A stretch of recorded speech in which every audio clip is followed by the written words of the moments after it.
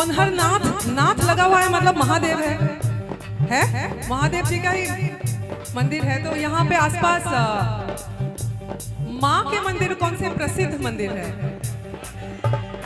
हाँ, गढ़ देवी। कितना दूर है यहाँ से? 5 किलोमीटर, 10। मैं गई हूँ ना गढ़ देवी मंदिर। हाँ हाँ हाँ हाँ।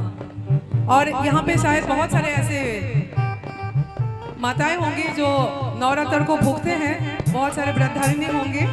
तो आप लोगों को भी चरण स्पर्श, क्योंकि इस समय व्रतधारिणी खुद जो है आप स्वयं देवी रूपा, मैं समझती हूँ ऊर्जा से आप भर जाती है।